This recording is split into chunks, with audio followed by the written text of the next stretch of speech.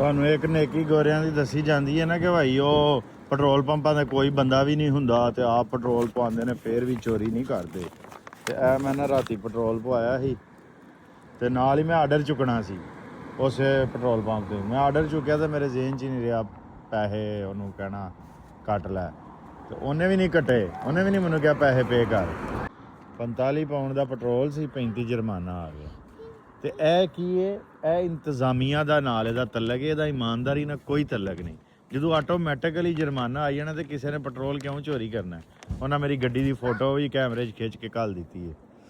ਤੇ ਇੰਝ ਹੀ ਬਹੁਤ ਸਾਰੇ ਜਿਹੜੇ ਮਾਮਲਾ ਤਰਬੀਅਤ ਦੇ ਔਰ ਇੰਤਜ਼ਾਮੀਆ ਦੇ ਹੁੰਦੇ ਨੇ ਨਾ, ਉਹਨਾਂ ਨੂੰ ਸਾਡੇ ਕੌਮ ਅਖਲਾਕੀਆਤ ਦੇ ਮਾਮਲਾਤ ਪੇਸ਼ ਕਰਦੇ ਨੇ।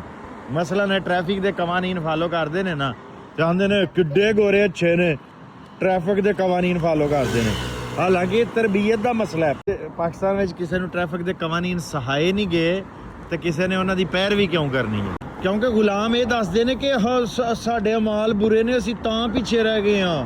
ਉਹ ਨੇਕ ਨੇ, ਉਹ ਸਿਰਫ ਕਲਮਾ ਪੜ੍ਹ ਲੈਣ ਤੇ ਉਹ ਅੱਗੇ ਲੰਘ ਜਾਣ। ਕਲਮੇ ਦਾ ਭਾਈ ਇੱਥੇ ਕੋਈ ਤਲਕ ਨਹੀਂ। ਤਰਬੀਅਤ ਯਾਫਤਾ ਨੇ ਆ ਲੋਕ, ਤਰਬੀਅਤ ਯਾਫਤਾ, ਯਾਨੀ ਸ਼ਹਿਰ ਦੇ ਵਿੱਚ ਕਿਵੇਂ ਰਹਿਣਾ ਇਹਨਾਂ ਨੂੰ ਤਰਬੀਅਤ ਹੈ। ਸਾਡੇ ਲੋਕ ਪਿੰਡਾਂ 'ਚੋਂ ਆ ਗਏ ਨੇ ਪਰ ਉਹਨਾਂ ਨੂੰ ਕਿਸੇ ਨੇ ਤਰਬੀਅਤ ਨਹੀਂ ਦਿੱਤੀ ਕਿ ਸ਼ਹਿਰ 'ਚ ਕਿਵੇਂ ਰਹਿਣਾ।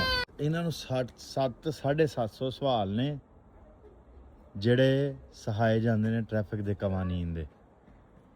ਉਹ 750 ਸਵਾਲਾਤ ਪੜ੍ਹ ਕੇ ਇੰਗਲਿਸ਼ ਜ਼ਬਾਨ 'ਚ ਤਾਂ ਉਹ ਇਸ ਕਾਬਲ ਨੇ ਕਿ ਟ੍ਰੈਫਿਕ ਨੂੰ ਫਾਲੋ ਕਰਨ।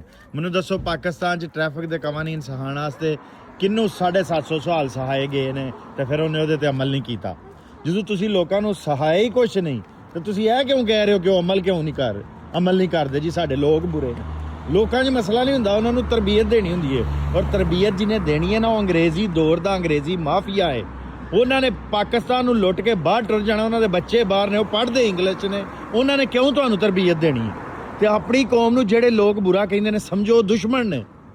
ਉਹ ਗੁਲਾਮ ਇਹ ਨਹੀਂ ਸਮਝ ਰਹੇ ਕਿ ਸਾਨੂੰ ਤਰਬੀਅਤ ਦਿੱਤੀ ਨਹੀਂ ਜਾ ਰਹੀ। ਸਾਡਾ ਤੁਸੀਂ ਤਰਬੀਅਤ ਯਾਫਤਾ ਲੋਕਾਂ ਨਾਲ ਮੁਕਾਬਲਾ ਕਿਉਂ ਕਰ ਰਹੇ ਹੋ? ਪਹਿਲਾਂ ਸਾਨੂੰ ਤਰਬੀਅਤ ਦਿਓ ਸਾਡੀ ਜ਼ੁਬਾਨ ਦੇ ਵਿੱਚ, ਜਿੰਜ ਜਪਾਨ ਨੂੰ ਦਿੱਤੀ ਜਾਂਦੀ ਹੈ, ਜਰਮਨੀ ਨੂੰ ਦਿੱਤੀ ਜਾਂਦੀ ਹੈ, ਈਰਾਨ ਨੂੰ, ਤੁਰਕੀ ਨੂੰ, ਚੀਨ ਨੂੰ, ਸਾਰਿਆਂ ਨੂੰ। ਐਂ ਸਾਨੂੰ ਤਰਬੀਅਤ ਦਿਓ, ਫਿਰ ਅਸੀਂ ਅਮਲ ਨਾ ਕਰੀਏ, ਫਿਰ ਸਾਨੂੰ ਭੈੜਾ ਆਖੋ। ਇਹ ਅੰਗਰੇਜ਼ੀ ਮਾਫੀਆ ਦੇ ਮੀਡੀਆ ਵਾਲੇ ਬਹਿ ਕੇ 24 ਘੰਟੇ ਸਾਨੂੰ ਸਿਰਫ ਬੁਰਾ ਕਹਿੰਦੇ ਨੇ।